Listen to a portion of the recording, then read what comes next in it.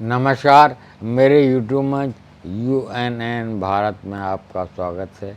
मैं हूं आपका मित्र RB उपाध्याय और आपसे गुजारिश चैनल को सब्सक्राइब करें, लाइक करें, शेयर करें। साथियों, जैसे जैसे रिपोर्ट्स आ रही हैं वैसे वैसे मोदी सरकार की करें खुल रही है। अभी ADR की रिपोर्ट को लें, वोट पड़े हैं और गिने जा रहे हैं उससे ज़्यादा। मान लो 1000 वोट पड़े, गिने 1200 गए। 200 वोट कहाँ से आए, कैसे EVM में एंटर हो गए 200 वोट, ये बहुत ज्वलंत प्रश्न है। इससे लगता है EVM पर पुनः प्रश्न खड़े होते हैं कि वो 200 वोट आए कहाँ से। एक जगह से नहीं, कई जगह से खबरें ADR ने पूरी रिपोर्ट प्रस्तुत की है, कहाँ कितने वोट एक्सेस करने गए। अब ऐसे में प्रश्न उठता है कि एक एक वोट की कीमत होती है, करोड़ों कीमत होती है। लोकतंत्र में वोट की महिमा सबसे बड़ी है और वोट से ही कुर्सी पर बैठता है आदमी और वोट से ही हट जाता है।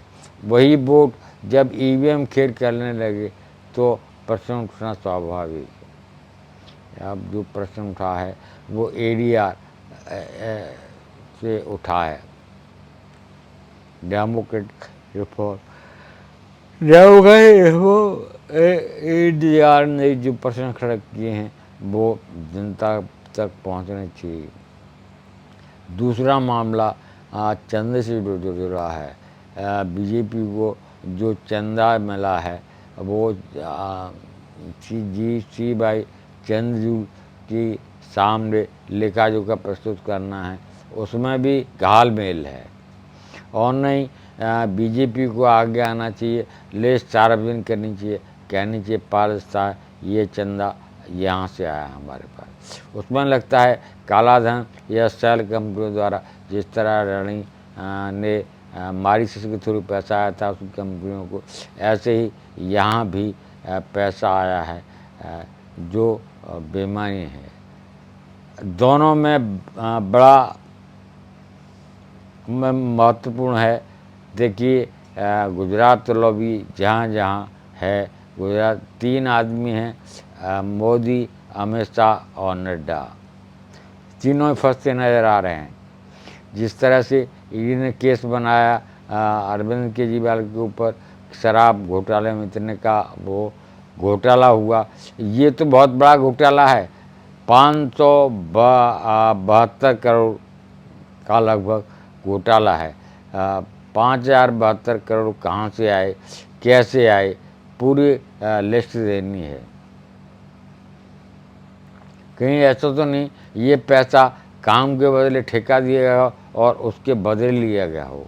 और वैसे भी ठेकों की आलम यह है कि गुजरात से तार जुड़ते हैं, चाहे वो कोई भी काम हो और ठेकेदार गुजरात का होगा, कंपनी गुजरात की होगी।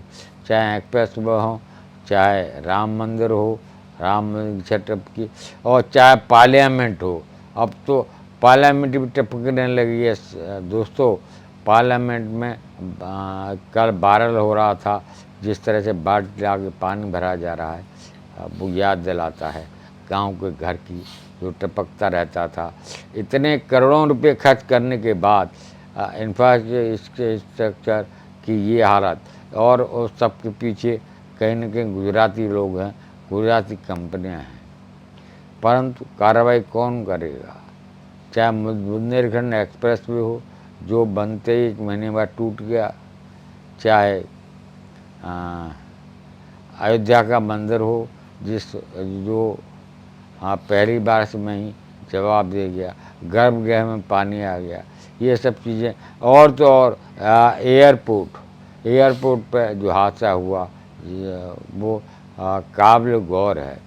इतनी धांधलियाँ की हैं सरकार ने कि गिनना मुश्किल है। अब दिन नज़दीक आ गए सरकार को जाना होगा, ये तय है। और सरकार